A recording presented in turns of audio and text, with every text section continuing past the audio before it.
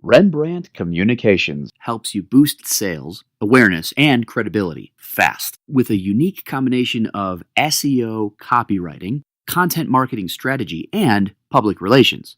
Visit RembrandtWrites.com for your free initial consultation today.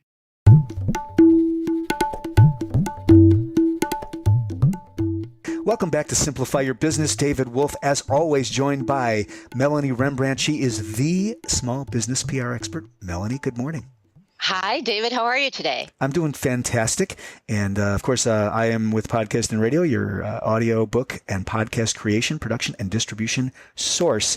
So we are, as always, moving into simplification. And we have some great tips in this session entitled Turn Strange Hours into Productive Times. So this is like if you're Igor and you're, no, I'm kidding. So not quite. this is great though, because, you know, there's this 24 hours in the day that, and much of it is unutilized, right, Melanie? Right. And sometimes you don't even realize it till you take a moment to look at what you're actually doing with your time. Right. So if you need more time to get everything done, then you're just simply not taking advantage of all the minutes and hours you have. So this is about really taking time to build that awareness and then actually put things into action. So how much time do you actually spend working each day on key activities? That's a fundamental question around this time management idea. Right. And it only takes a few minutes. Basically, at the end of the day, think about where you spent your time all throughout the day. I mean, did you waste a lot of time paying bills, doing administrative things, following social media or something else? I mean, if you really stop and just take a look at where you spend your time each day, you might realize that, wow, I really wasted time here, or I should outsource administrative duties because I'm spending too much time on maybe entering names in a database or something like that. Right. So maybe if you just realize where you're spending your time, it might open your eyes to where you're wasting time. That's right, Melanie. And it's really, I'll say it's an accountability exercise as well, because, you know, a lot of us use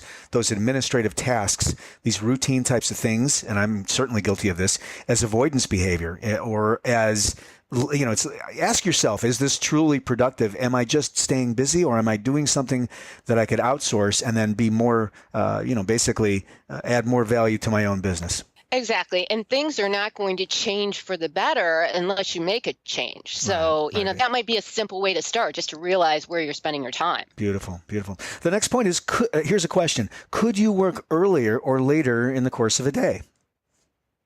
This can make a huge difference. I mean, if you're a morning person, you might think about getting up an hour earlier, and it might sound horrible, but you do get used to it. I know I recently started getting up 2 hours earlier, and it's amazing how much work I get done in those 2 hours. Or you might think about adding time on the end of the day, maybe after the kids go to sleep and it's quiet.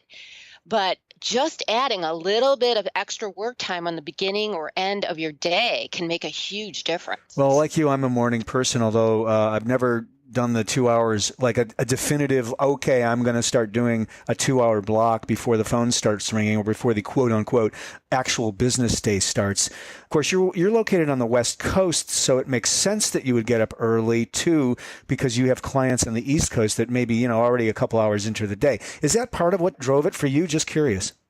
Actually, I've always been a morning person, and I do have clients all over the world, but it's just easier for me to get up early. I mean, I'm up at 4 or 5 in the morning, which is crazy to most people. And sometimes, it just takes getting up 15 minutes earlier each day until you get used to it. Right. You have to acclimate. It's like jet lag. Yeah. Exactly. But that's what works for me. You really have to find what works for you.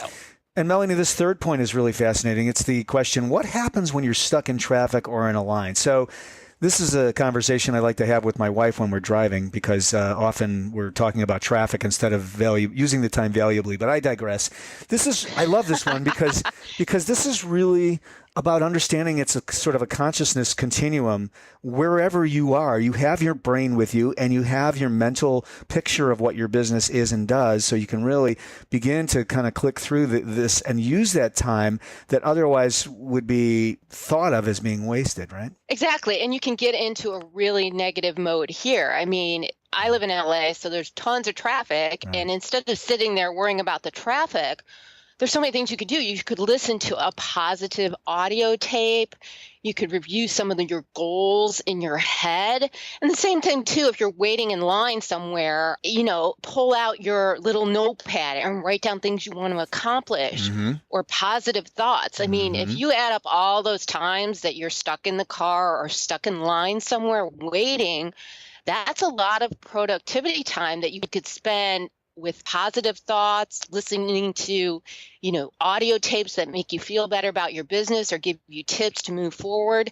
So it's something to think about, because a lot of times we don't think about it. It's just, oh no, I got to wait in this line. I'm stuck in traffic. If you turn that around, it can really help your business. Absolutely. And a related point, when I have people that I've scheduled and then they suddenly cancel, that is not a negative thing to me. It's fascinating how we're all conditioned to apologize about that, or maybe react and be, oh, they stood me up and they didn't show up, or it's a no-show. You know what? To me, it's a gift. I've got an extra hour or an extra whatever that block of time was to do something that I didn't know I'd have time to do. So I always look at those as gifts that are unexpected, as opposed to, so a lot of this is frame of mind. Exactly. It's you don't think about it. There's all this extra time that you don't think about. So, it's turning quote unquote strange hours into productive, positive times. Absolutely. So let's do a quick review. These are fabulous points about time management. How much time do you actually spend working each day on key activities? Right. It's good to think about that and actually realize where you're spending your time. Number 2, could you work earlier or later in the day? There might be a few extra minutes early in the morning or after you eat dinner at night rather than watching television that could really help your business. Yeah, don't go to that consumer headspace. Stay in the productivity mode, even when there's quote-unquote downtime, without burnout, of course. And number 3, finally, What happens when you're stuck in a traffic or a line? Unutilized time there, too. Exactly. You want to think positively and use that as productively as you can, rather than being negative about it, just thinking about how much time you're wasting. Instead, turn that into a positive and productive time. Fabulous, Melanie. As always, the small business PR expert, Melanie Rembrandt at RembrandtWrites.com. I am David Wolf at podcastandradio.com. Thanks for joining us. As always, we'll see you next time on Simplify Your Business. Thanks, everyone. Make it a great day. Podcast and Radio Networks produces and distributes podcasts and audiobooks for authors, speakers, entrepreneurs, and business leaders. If you're an existing podcaster, find out about our unique Grow Your Podcast distribution program to help you grow, connect, engage, and transact with your audience. Learn more at podcastandradio.com.